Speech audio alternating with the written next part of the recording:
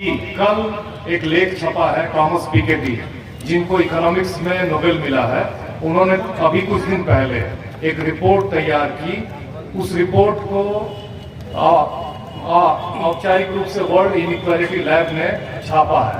World inequality lab France के Paris में है और उसने बताया साफ साफ कि जो भारत का धन है उसमें ओबीसी की उसने 10 साल का अध्ययन किया है, 2012 से लेकर 2022 तक का। 2022 में जो ओबीसी का भारत के संसाधनों में हिस्सेदारी थी वो 18% थी, 2012 में घट के 2022 में 9% हो गई है। एससी और एसटी की, जिनकी इस देश में आबादी लगभग 25-26% है, 17% दलित आबादी है और 8 से थोड़ा सा ज्यादा आदिवासी आबादी है, ये लगभग 26% हो जाता है। उनका भारत के रिसोर्सेज में 2012 में, रिसोर्सेज का मतलब कि धन, उस धन को कौन ओन करता है, कौन उसका मालिक है, उसमें उनकी हिस्सेदारी जो है वो 1.8% थी। वो 2022 में थोड़ा सा बढ़ी है और 2.2% हुई है। माइनॉरिटी पे तो कोई रिपोर्ट ही नहीं है ठीक से, और ये मैंने तैयार नहीं की है। टॉमस पिकेटी, जिनको इकोनॉमिक्स का नोबेल मिला है, उन्होंने तैयार की है। लुकास चांसर एक बहुत बड़े दुनिया के अर्थशास्त्री हैं और तीसरे भारत से जुड़े हुए शख्स नवनीत। तो ये आप जान के चलिए कि ये हालत है। अगर मैं इसको 100 लोगों के रूपक में देखूं कि कैसे भारत में जो असमानता है वो कैसे बढ़ रही है, आप इसको समझिए कि अगर 100 लोग रहते हैं देश में, तो इस देश की करीब 90% जनता 13 रोटियों में, और बताती है, रिपोर्ट बोलती है कि एससी, एसटी और माइनॉरिटी और ओबीसी, माइनॉरिटी में जो बहुसंख्यक माइनॉरिटी है इस देश में वो मुसलमान है, इन तीनों की का भारत के धन में केवल 13% हिस्सेदारी है। 13। अगर मान लीजिए इस पूरे देश में 100 लोग रहते हैं तो ये जो 90% आबादी है 13 रोटियों में जिंदा है, और जो 10 लोग धनी लोग हैं इस देश के, वो 90 बड़े 87 रोटियों में, 87 रोटियां उनके पास है, 10 87 खा रहे हैं। और आप समझिए कि 13 लोग कितने कम रिसोर्सेज में जिंदा है। आपके पास कुछ है ही नहीं। ये मैंने 90 लोग, क्षमा करिएगा, 13 रोटियों में जिंदा है। कैसे जिंदा है? ये आपकी जो गरीबी है उसका सीधा संबंध आपके न लड़ने और सामाजिक रूप से जागरूक न होने की वजह से है। मैं आपको बता रहा हूँ, इस देश की का जितना भी रिसोर्स है, रिसोर्स का मतलब कि अगर झारखंड में, उड़ीसा में, पश्चिम बंगाल में, छत्तीसगढ़ में और मध्य प्रदेश में नेचुरल रिसोर्स है, बॉक्साइट माइनिंग है या कोई माइनिंग है, उसके मालिक कौन है? आप उठा के देख लीजिए। और मैंने आपको साफ साफ बताया कि आप जब आवाज अपने लिए नहीं उठाएंगे तो दूसरा नहीं उठाएगा। रिजर्वेशन मिले ओबीसी को, 7 अगस्त 1990 को वो रिजर्वेशन लागू हुआ, बीपी सिंह ने लागू किया मंडल कमीशन के रिकमेंडेशन पे, और इंदिरा साहनी कोर्ट चली गई, एक वकील थी, और वो 92 में जजमेंट आया, 2 साल बाद लागू हुआ 93 में।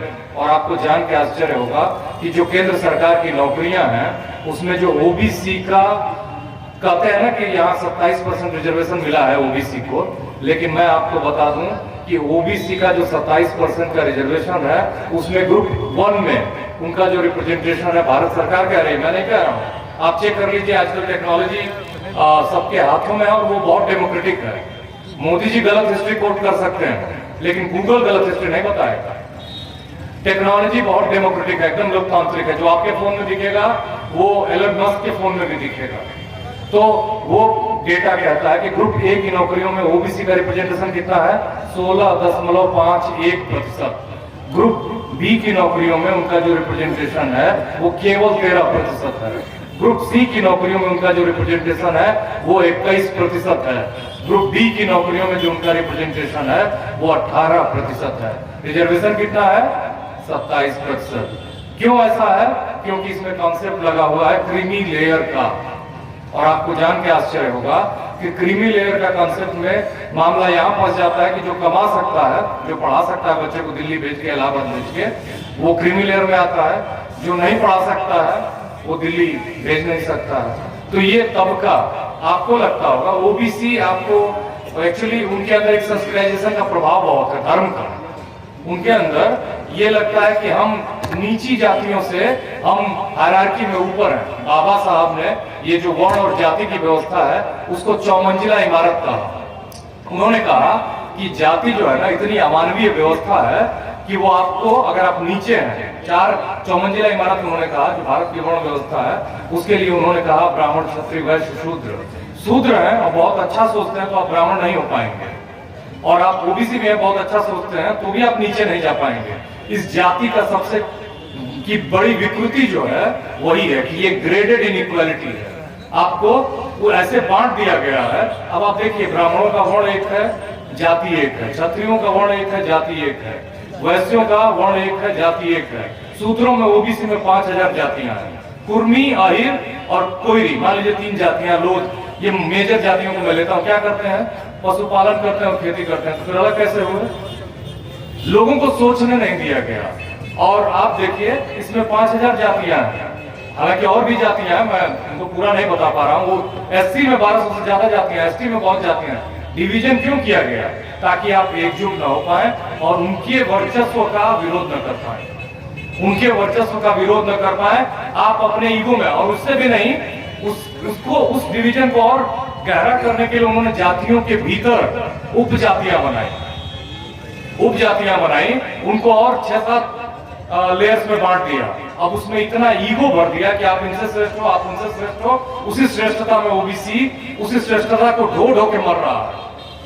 और बहुत सारे लोग ये कहते हैं कि दलित समाज जो है इससे बहुत निकल गया। ऐसा नहीं है।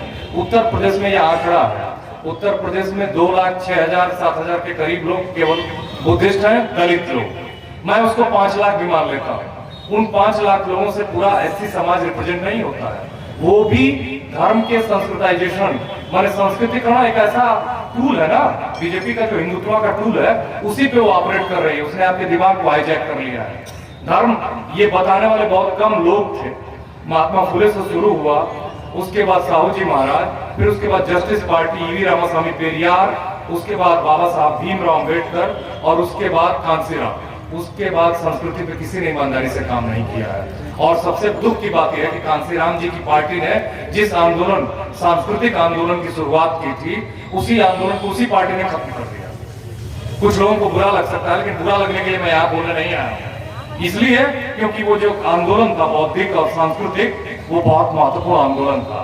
और आरएसएस के नकली सांस्कृतिक आंदोलन को आप एक असली सांस्कृतिक आंदोलन से ही खत्म कर सकते हैं, काट सकते हैं, याद रखिएगा। और वो आंदोलन शुरू किया था बहुत पहले, जब बाबा साहब को बुलाया लाहौर में जाति पाति तोड़क मंडल ने। और किसने बुलाया था?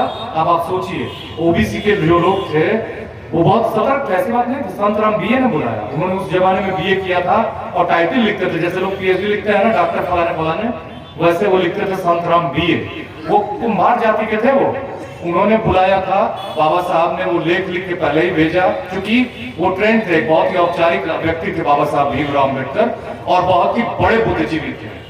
पहले दलित थे जो मुंबई यूनिवर्सिटी से ग्रेजुएट थे। उसके बाद उन्होंने कोलंबिया यूनिवर्सिटी से और लंदन स्कूल ऑफ इकोनॉमिक्स से पढ़ाई की। कुछ लोग कहते हैं कि महानायक थे। महानायक से भी बढ़ के वो देवता हैं। थे नहीं हैं। वो 24 घंटे आपको प्रेरित करते हैं।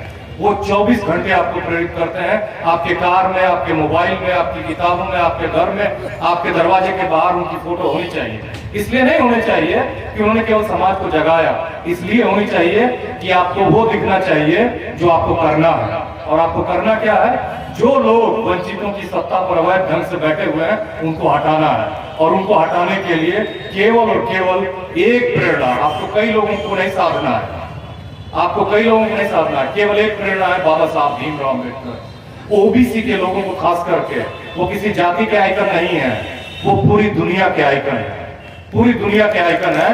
आपको उनको हमेशा 24 घंटे अपने दिमाग में रखना है और उसके लिए उसी के आसपास चीजें घूमनी चाहिए। मैं आपको बता रहा हूं, आप जितना देर करेंगे, आज आप यहां से जाइएगा और इसी दिशा में सोचिएगा, अगर आप जितना देर करेंगे उतना पीछे जाएंगे। मैं आपको ये सलाह भी दे रहा हूं और चेतावनी भी सीधे शब्दों में दे रहा हूँ, क्योंकि आपके घर में उनका पूरा साहित्य होना चाहिए। आप पूरी किताबें मत पढ़िए, लेकिन एक पढ़िए, दो पढ़िए, जो पढ़ रहा है उसको सुनिए और समझिए। ओबीसी के लोगों को झूठ मूठ के उनकी श्रेष्ठता के अहंकार से निकलना होगा। उनको ये समझना होगा कि बोगस कॉन्सेप्ट है, कोई श्रेष्ठ होता ही नहीं है, कोई छोटा होता ही नहीं है। व्यक्ति केवल और केवल श्रेष्ठ और बेहतर हो सकता है विचारों से, और वो भी कैसे विचार? समावेशी विचारों से। याद रखिएगा, मैं आपको ये सब ख्याली बातें बताने के लिए यहाँ पे नहीं आया हूँ, मैं उदाहरण से बता रहा हूँ, और उदाहरण केवल यहीं से नहीं, पूरी दुनिया से है। आपको मैं बताऊं कि दुनिया में गुलामी की प्रथा थी, आपको मालूम होगा, आप पढ़े लिखे होंगे, और आप ये जानते हैं कि अंग्रेजों को, क्षमा करिएगा, काले लोगों को अमेरिका में, यूरोप में खरीदा और बेचा जाता था। जैसे हम भैंसों और गायों को अपने घर में रखते हैं ना, पिछवाड़े बांध के, उनको जो जमींदार थे, अमेरिका 50 राज्यों का देश है, और वहाँ काले लोगों के साथ इस तरह का व्यवहार होता था कि आप कल्पना भी नहीं कर सकते। आप अपनी गाय और भैंस से वैसा नहीं करते हैं। उनको खूब काम करवाया जाता था, न पैसा दिया जाता था, न मजदूरी दी जाती थी, उनको मान लिया गया था कि गुलाम है।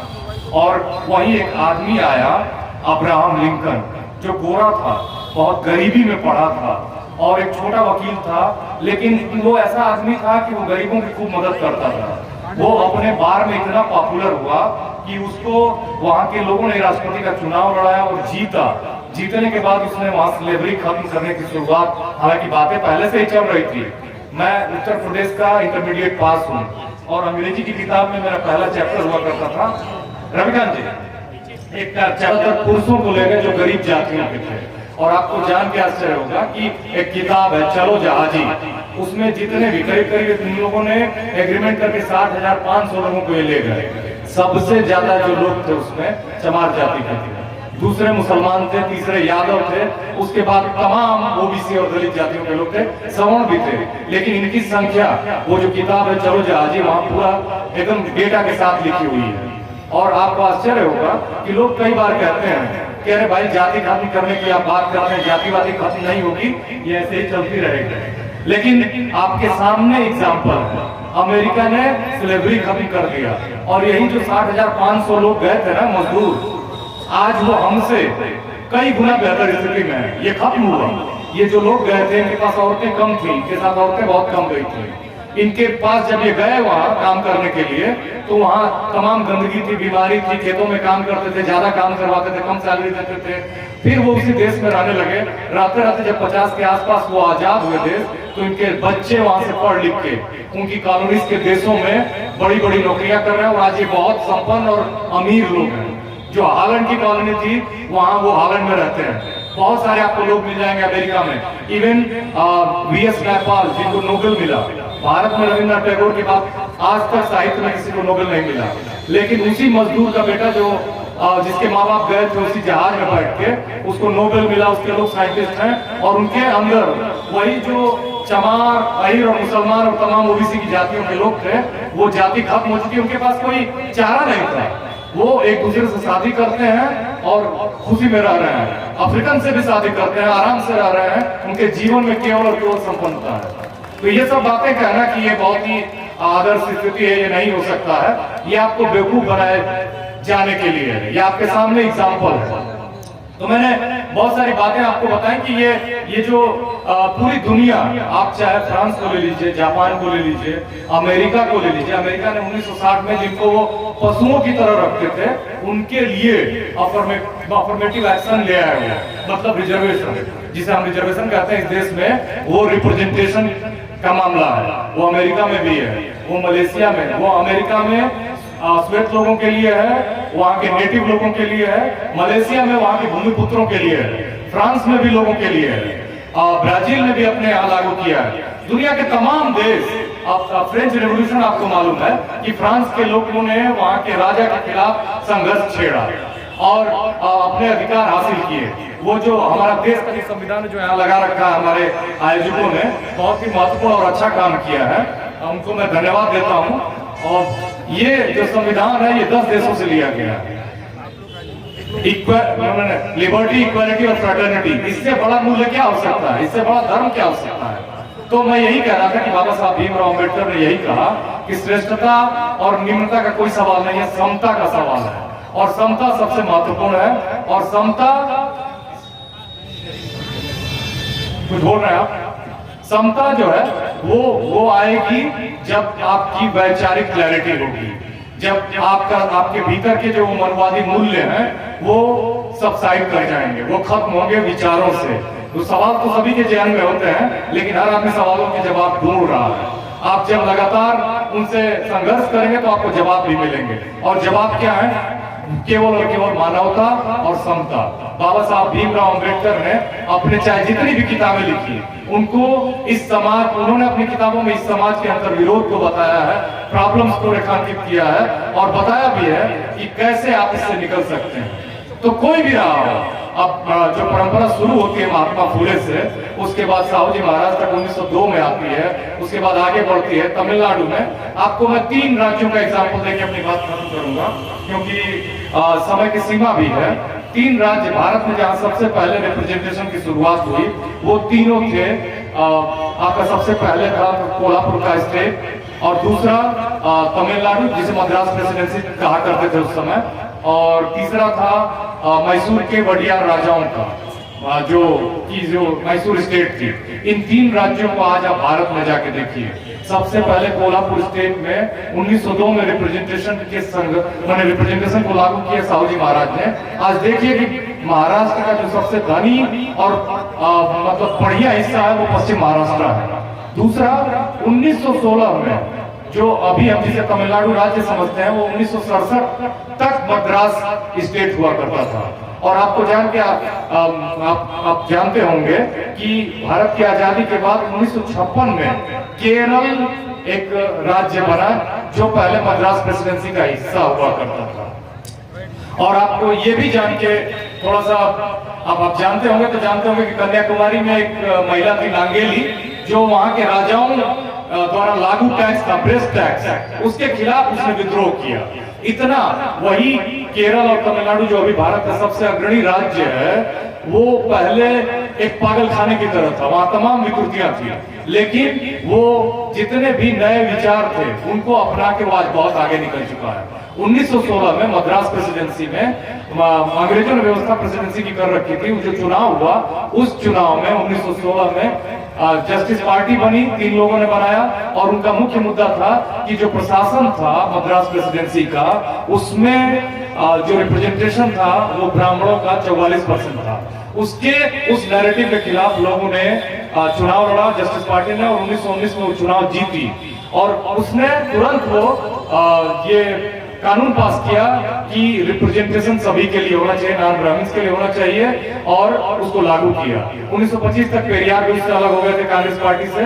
5 साल 6 साल वो कांग्रेस में रहे, और बाद में 1944 में जस्टिस पार्टी ने अपना विलय अपना अध्यक्ष पेरियार को बना दिया। पेरियार ने उसका नाम बदल के डीके कर दिया, और उसी डीके से, जो एक तरह से आज की डीएमके उसकी पैतृक संस्था है, उस डीके से डीएमके बनी, और उसी डीएमके से एआईडीएमके बनी।